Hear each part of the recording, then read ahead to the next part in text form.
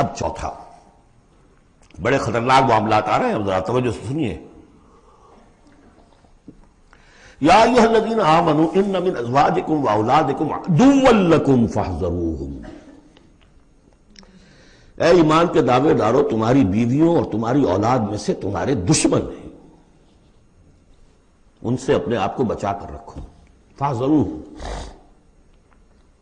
یہی ہم پڑھ چکے ہیں پہلے لفظ، حضور سے کہا گیا تھا ہم العدو فاحذرہم قاتلہم اللہ انا یؤفکون۔ بیوی کی محبت ہے، بیوی کی فرمائش یہ ہے۔ اب میاں صاحب جو ہیں کیا کہیں، مجبوری، بچوں کو اچھے سے اچھا تعلیم دینی ہے، حلال سے نہیں ہوتی، حرام سے۔ گھر بار چھوڑو، ملک چھوڑو، جاؤ باہر، بوڑھے ماں باپ مر رہے، پانی دینے والا کوئی نہیں، اور ڈالر اور پیٹرول ڈالر کمانے کے لیے بیٹے گئے ہوئے باہر، کیا کریں؟ مکان بنانا ہے، یہ کرنا تھا، وہ شروع کی تھی، کوٹھی شروع کی تھی، وہ ابھی تک مکمل نہیں ہوئی ہے، وغیرہ وغیرہ۔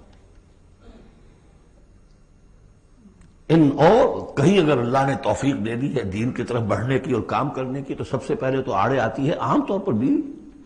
دماغ خراب ہوا آپ کا، وہ بھی تو بڑا دیندار ہے، آپ سے زیادہ لمبی داڑھی ہے اس کے، وہ تو ساری رشوتیں بھی لیتا ہے اور یہ بھی کرتا ہے وہ بھی کرتا ہے، آپ ہی بڑے دیندار بن کر آ گئے۔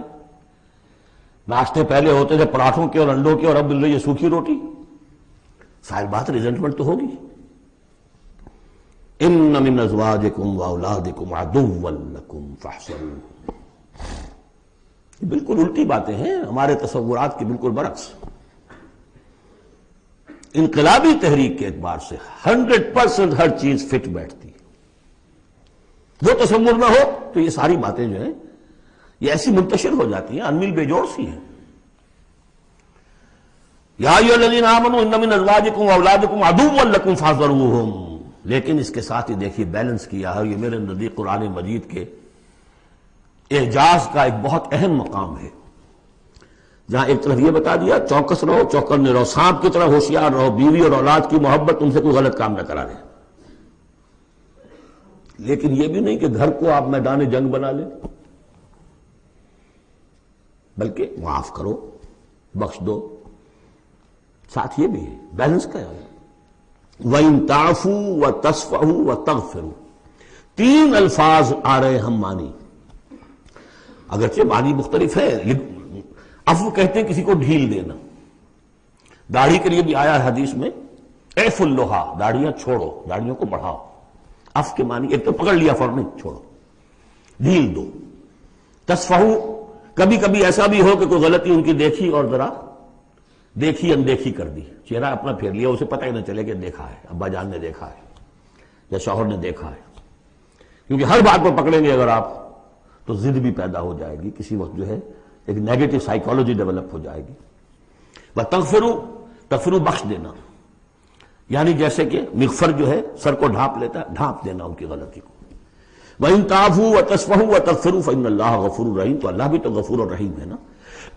تم چاہتے ہو کہ نہیں، جیسے سورہ نور میں آیا تھا کہ اے ابو بکر تم نے اپنے اس بھانجے یا اپنے عزیز مصطح کا جو ہے جو مدد کرتے تھے روک دیا ہے، کیا تم نہیں چاہتے کہ اللہ تمہیں معاف کرے؟